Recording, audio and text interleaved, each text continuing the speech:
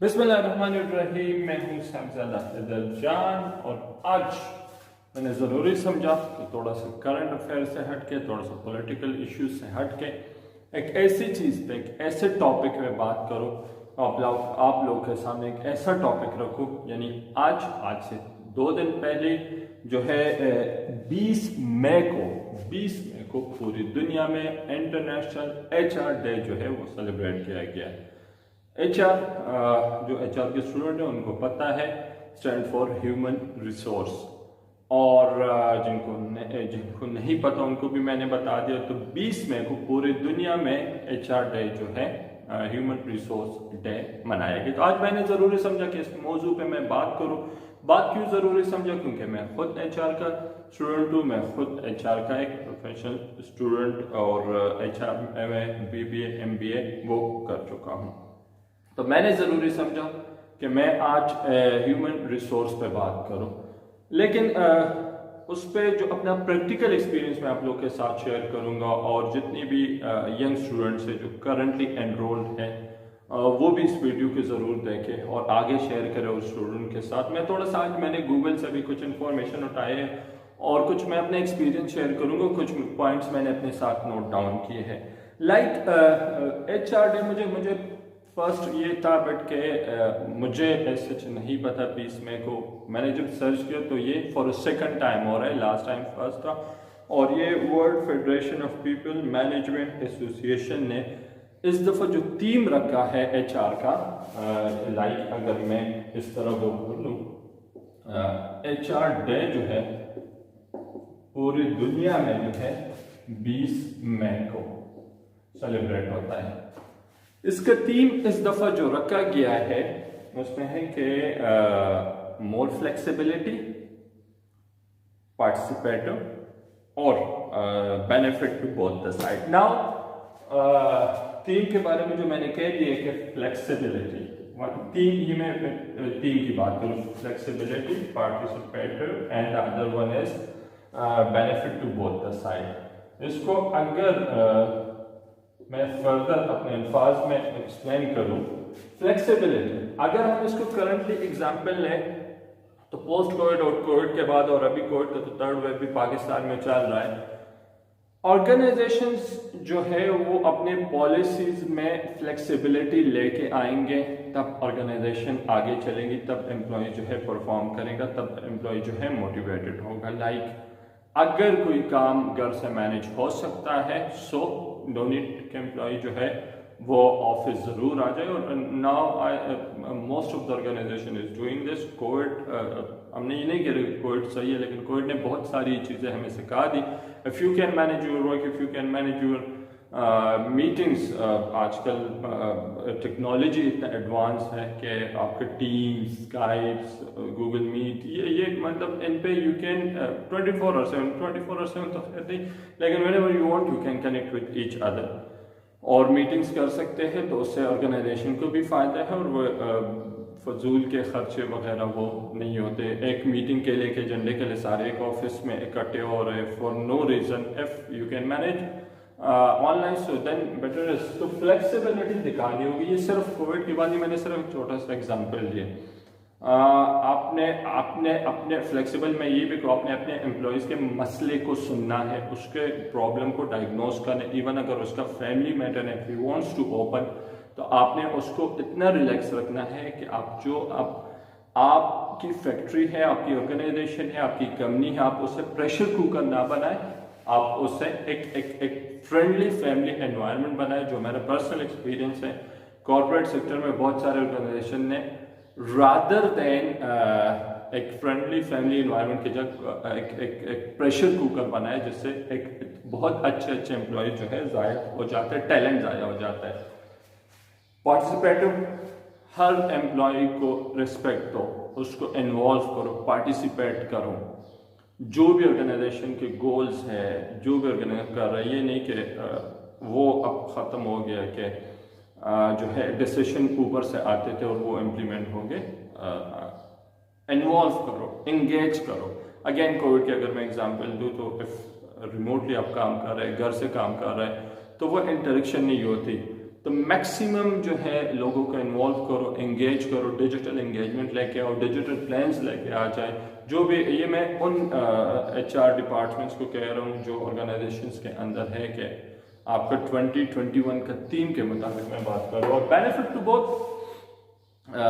Employ का भी फायदा हो और ऑर्गेनाइजेशन का भी फायदा हो। कुछ ऐसी न्यूट्रल और mid way policies, rules, regulations और SOPs लेके आ जाए जिसमें दोनों के बेनिफिट हो, ना सिवाय कि सिर्फ एम्प्लॉय को ऑर्गेनाइजेशन का नुकसान हो जाए, ना कि सिर्फ एम्प्लॉय का नुकसान हो जाए, ऑर्गेनाइजेशन का बेनिफिट हो। दोनों साइड से सोचना होगा।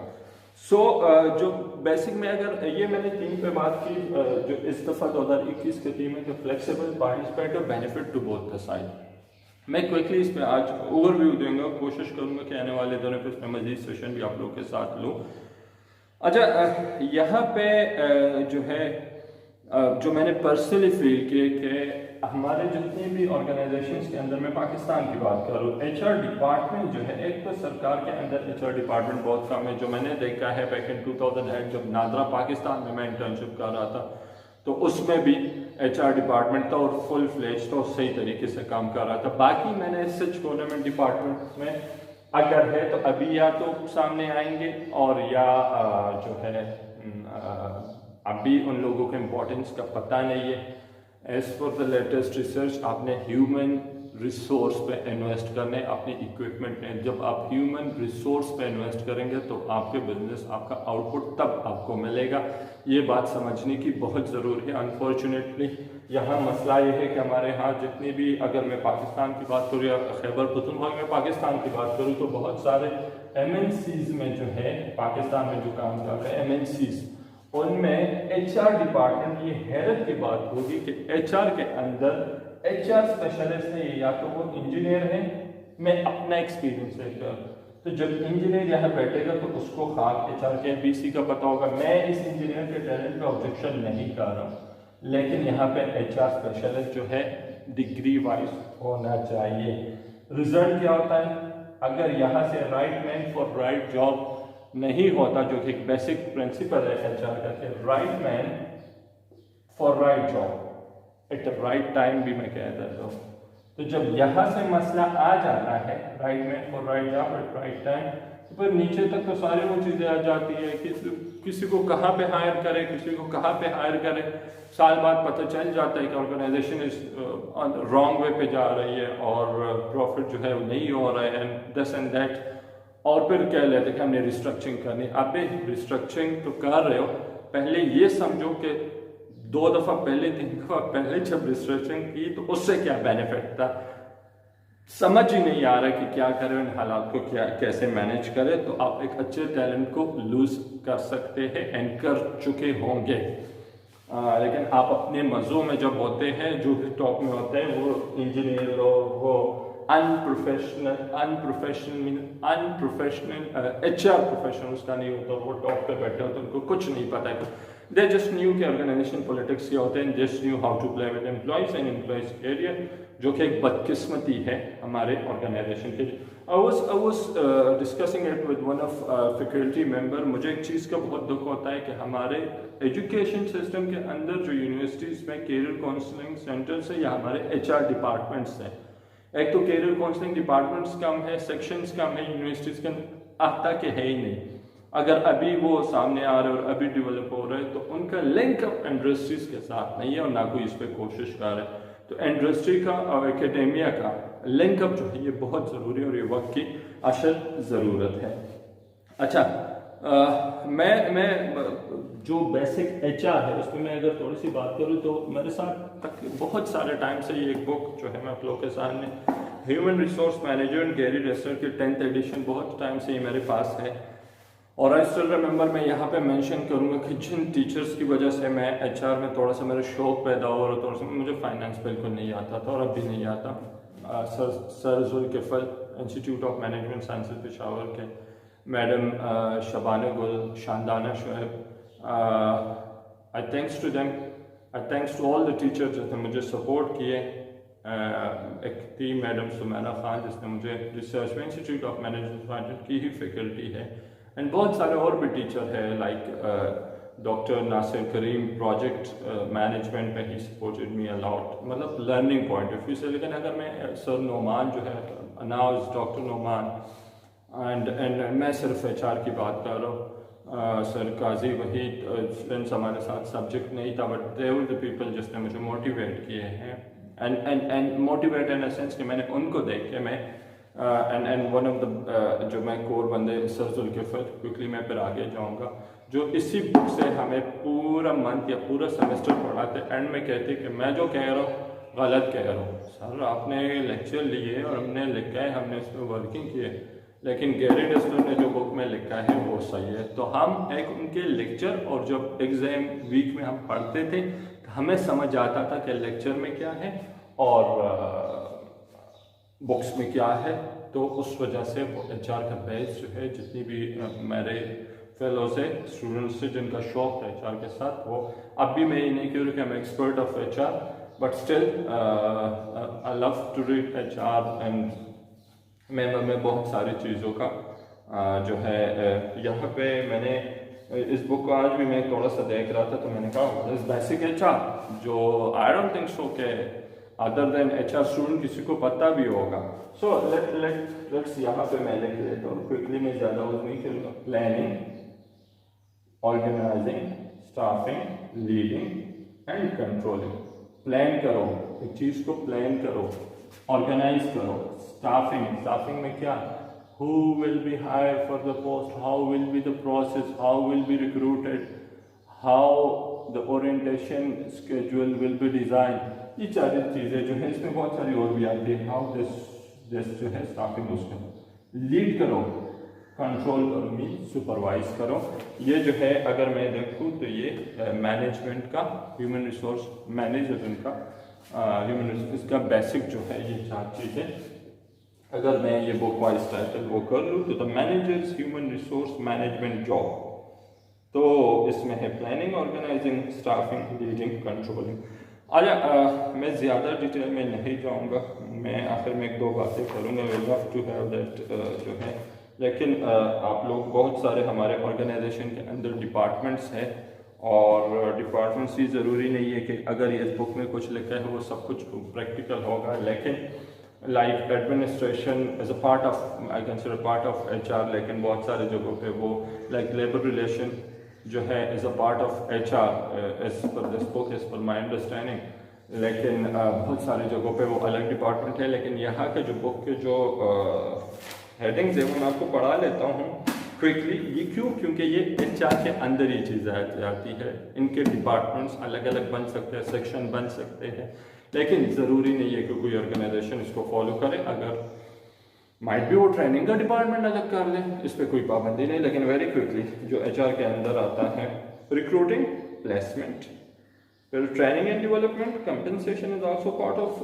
HR, employ relation, very important. Employ relation का आपका आजकल जो फैक्ट्री जिसमें यूनियंस वगैरह है, वहाँ पे एम्प्लॉय रिलेशन का अलग डिपार्टमेंट होता है जो है। अच्छा, strategic human resource management, employee testing and selection, personnel planning and recruiting, personnel department भी आता है, performance management and appraisal, training and development, दोबारा मैंने जो कह दिया, interviewing candidate, ये तो recruiting का हो गया, compensation, pay for performance, managing career managing career is a part of HR, career ladder के नाम से कुछ प्रोडक्ट कुछ ऑर्गेनाइजेशंस के हैं, और बेनिफिट एंड सर्विसेज HR के है। ये बेनिफिट एंड सर्विसेज कुछ ऑर्गेनाइजेशन के अंदर ये अलग डिपार्टमेंट है, but it's part of the HR। Employ health and safety, कुछ ऑर्गेनाइजेशन के EHS एम्प्लॉय हेल्थ अलग है, लेकिन यहाँ पे ये HR के अंदर आता है। कुछ डिपेंड ऑन ऑर्गेनाइजेशन को किस तरीके से मैनेज कर लेते। Labour relation and collective bargaining agent, CBA, और लेबर रिलेशन जो है, एम्प्लॉय रिलेशन और लेबर रिलेशन में फ़र्क है। इसको समझने की मैं किसी वक्त इस पर सेशन लूँगा और इसको समझने की कोशिश करेंगे। तो आज जो है मैंने ज़रूरी समझा कि मैं इस मौजू पे बात करूँ, और जो वर्ल्ड HR डे जो है इसको मैंने ज़रूरी समझा कि थोड़ा सा हाईलाइट करूँ, और जहाँ पे HR की इम्पोर्टेंस नहीं है उन साहिबान को, उन ऑर्गेनाइजेशन को इस वीडियो के ज़रिए याद दिलाऊं कि ये जो है, मैं थोड़ा सा सिंगल पे भी जाऊँगा और लेकिन मैं अपनी बात कंटिन्यू करूँगा कि उनको रिमाइंड करूँ कि HR is one of the basic जो है आपका, आप जो है I just want to check video duration, I was trying to fix it 16-17 hopefully, लेकिन the thing is के वर्ल्ड HR डे जो है 2021 भी इस दफ़ा बट साइलेंस के साथ वी विल ट्राई के नेक्स्ट ईयर इसको ज़्यादा शोर शराबे के साथ मनाया जाए और HR के स्टूडेंट्स खुल के सामने आए। लास्टली जिस तरह कोविड ने अपॉर्चुनिटी क्रिएट की है एंटरप्रेन्योर्स के लिए, तो by the entrepreneurship is also part of HR in broader respect. तो इसी तरह HR स्टूडेंट्स के लिए रिसर्च पॉइंट ऑफ व्यू से बहुत बड़ी अपॉर्चुनिटी है। और अगेन लास्टली इन्वेस्ट उन ऑर्गेनाइजेशन को, उन HR डिपार्टमेंट, उन HR हेड्स को invest on your employ rather than investing here and there. आपकी एम्प्लॉय पे इन्वेस्टमेंट ज़ाया नहीं होगी, आपके एम्प्लॉय की इन्वेस्टमेंट जो है, देखिए वेरी क्विकली टाइम तब हो गया, लेकिन एक होता है ट्रेनिंग, एक होता है डेवलपमेंट। तो आप उसको ट्रेन कर रहे हो अपने काम के लिए, उसको डेवलप करो कि वो स्किल अपने साथ लेके चले। मैंने BBA में एक रिसर्च किया तो इसमें कहते हैं human capital development, knowledge skill ability, employ के ह्यूमन कैपिटल पे इन्वेस्ट करो, उसको डेवलप करो, तब वो जाके परफॉर्म करेंगे। उसको ट्रेनिंग दोगे तो वो उसी रूम, उसी सर्कल के अंदर रहेगा। इसको ट्रेनिंग दोगे तो वो यहाँ पे रहेगा, यहाँ पे रहेगा, यहाँ पे रहेगा, तो एंड में यही आएगा। उसको डेवलप करो, उसको डेवलप करो, उसको डेवलप करो। End of the day organisation goal की तरफ जाएगी और रिजल्ट आपका आएगा। Focus on development of individual, तो वही इंडिविजुअल आपके लिए इनोवेशन लेके आएगा, वही इंडिविजुअल आपके पॉलिसीज जो है वो फ्रेश उसके अंदर जो है इम्प्रूवमेंट लेके आएगा, और वही इंडिविजुअल आप and always respect your employees. हमारे MNC से बदकिस्मती से ये एक ट्रेंड चल रहा है पाकिस्तान में कि यार हम लॉस में जा रहे हैं, ऑर्गेनाइजेशन लॉस में जा रहे हैं, नेगेटिव में जा रहे हैं, रिस्ट्रक्चरिंग करो। रिस्ट्रक्चरिंग में जो है 10 में से क्या है, 10 में से 3 बंदे सैलरी इतनी है, नेक्स्ट ईयर बजट नहीं है, 3 को फारिग करो, 2019 3 को फारिग करो, 2020 3 को फारिग करो, 2021 यार 2 को फारिग करो, फिर 10 बंदों का काम 1 बंदे पहले ना वो परफॉर्म कर रहे हैं, और यहाँ पे 3-3-2 आपने 8 बंदों को ज़ाया किया। इन 8 बंदों के बारे में आपने नहीं सोचा, आप सेल्फिश हो गए, ऑर्गेनाइजेशन को सोच रहे हैं, आपका ऑर्गेनाइजेशन जो है ये बंदा नहीं मैनेज कर सकते। एंड ऑफ द डे क्या होता है, आपका ऑर्गेनाइजेशन इस तरह आता है, आप जो है यहाँ पे एम्प्लॉय की सैलरीज की बात तो करते हैं, लेकिन आपका अपना एक्सपेंस, आपके इर्द गिर्द आपकी गाड़ी के एक्सपेंस, आपके हेड्स के एक्सपेंस, जो भी फजूल के एक्सपेंस है वो यहाँ से यहाँ जाते हैं। आप इसका नहीं सोच रहे, मैं इसके अगेंस्ट नहीं हूँ, लेकिन आपने जो है एम्प्लॉय पे इन्वेस्ट करना है। यही ब्लैक बोर्ड पे इसी तरह मेरा स्टाइल है चीज़ों का, लेकिन एंड में ये कहना चाह रहा हूँ एम्प्लॉय पे इन्वेस्ट किया जाए rather than investing here and there. और विद दिस नोट के इंशाल्लाह तमाम जितने HR के स्टूडेंट्स से उम्मीद रखते हैं कि पाकिस्तान में एंड थ्रू द वर्ल्ड हर ऑर्गेनाइजेशन के अंदर हो, छोटे हो वो बड़े हो, अगर वो अपने बिजनेस को सक्सेसफुल देखना चाहते हैं तो वो